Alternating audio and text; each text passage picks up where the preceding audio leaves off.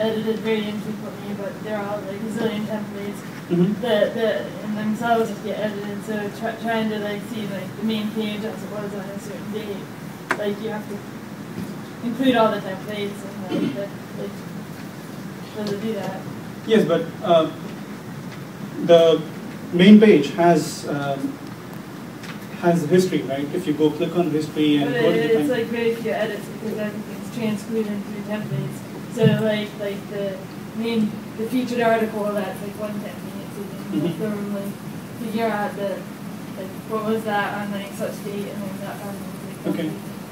No, I was just giving an example of how data changes. It basically had. Smart enough to deal with it. Yeah, it had a. Yeah, we can't hear her question. If you repeat her question so we can hear what you're trying to answer. Okay. She was telling me that the main page of Wikipedia, it has a lot of templates, right. And even if we have to, I'm sure, I think that's how I understood it. Even if we have to go through and see an old article, it'll have to process all the templates and come to the old page. It has to process the versions of the templates that were from that time, rather than the current version. Yes.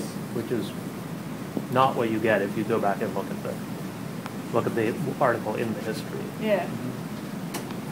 I think the problem is the fact that a lot of templates use variables that also change over time, and that those variables aren't really stored anywhere on Wikipedia. So the plugin, the MediaWiki plugin which I wrote, I addressed some of the template issues because once we had written it, we posted it in the Wikipedia list, and they came up with the same suggestion saying the templates change all the time, how do you take care of it? So at least I actually had to go, I couldn't do it from the plugin or the interfaces that was available to the plugin. And for the templates to work, I was able to go into the core of the MediaWiki code and do a little hack, and I was able to fetch the old templates. So I can replicate how the plugins would exist at that time. Well, the best example I can come up with is a lot of people on their info box for individuals, they use a template that gives the current age based on the birth date by subtracting the difference between today's date, the current date, and the date of birth. Do you actually plug in your value for the historic date, for the current date, current month, current year, and then compute the date it was back then? Yes. And also other simple things like colors and pictures they had on the template, the headings basically, they changed over time, and that was another issue that was brought up from the Wikipedia mailing lists. So we did address it, but I couldn't do it from plugin, but there is a solution for that. So, any other questions? You might have addressed this earlier, but I think that if you were to save a copy of each website every time, you might order to So what do you do to make this scalable so that you don't run out of storage so quickly? So this protocol only addresses the issue of accessing already archived material. So we do not, at least this protocol does not care about where the archive is. There is the technical aspects which I've skipped a lot. Access, there's something called as an aggregator, which the bridge, the TimeGate I was talking about, goes in and keeps track of all the archives and what kind of article is stored in which archive, so that once you go, say, ask for CNN.com, say September 11th, it should know where to go look for it, right? So, and there are many archives that produce the same material. So we do not address the issue of archiving itself. We address the issue of accessing the materials available in the archive. How granular the media, the news websites, do they dictate on how frequently you archive it? Like, is it daily, or because the news website may change even every hour? So yes, that's between the sites that archive them. So basically, if CNN.com would allow, say, Internet Archive to say you can archive us so many times a day or something like that. And they also have DRM rights, say you can make this stuff available to public only after such a long time, like 6 months. Only after 6 months you would make this thing available. So yeah, it's between the site that wants to archive and the site that's archiving.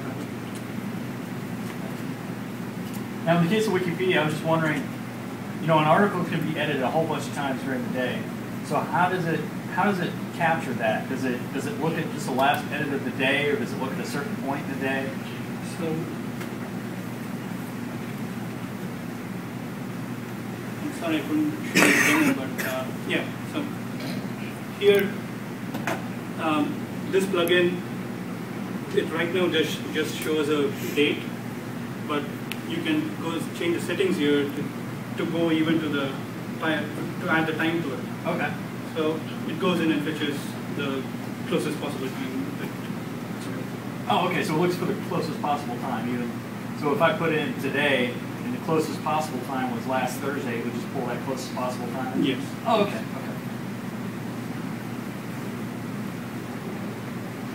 Any more questions for him? I think Sarah's next. Thank you.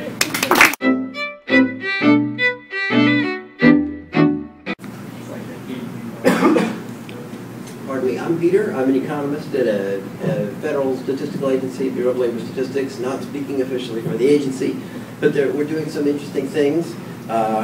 We have finally set up an internal media wiki across several statistical agencies, so people interested in statistics or methodology, particularly across the federal government, could sign up to participate. It's a pilot project, but everything about it is easy.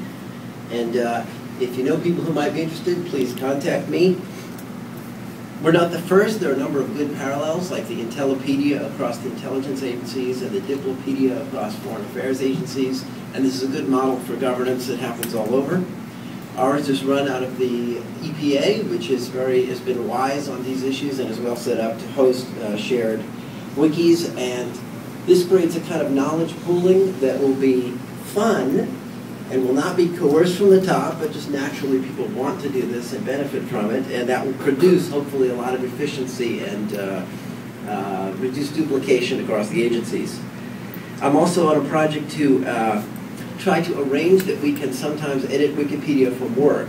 And you all may not know, but for a federal person to log into an outside system and make changes on work time is often very much against the rules. But NIH has good policies, EPA has good policies. We're advocating to copy those at BLS.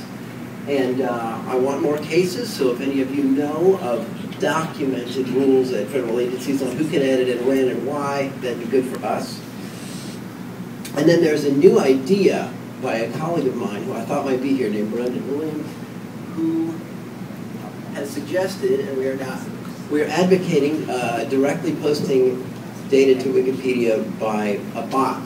So this is just an example page on the state of Virginia's economy. We produce a monthly statistic on the unemployment of Virginia. And if we had a box, an info box over here on each such page, we could update those automatically, footnote them to the official source, and do that also for various statistics for occupations, industries, political regions. Presumably we're not the first to think of that. So if somebody has already developed such a bot, that would be good that we could copy it and work with those people. Please let me know. And if we are the first, which has never happened,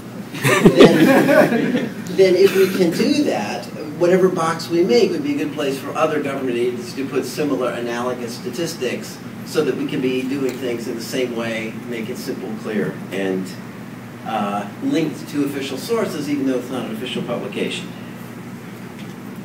Thank you, that's all. Any comments? Yes? So you're probably aware that, at least on English, we have all of these articles about jurisdictions in the U.S. that are based on census data. And they're all based on the 2000 census. And so there actually has been a conversation with the guy who originally did the bot to do those articles about how to update to 2010 when those numbers come out. So maybe that's a place to get started. It's like,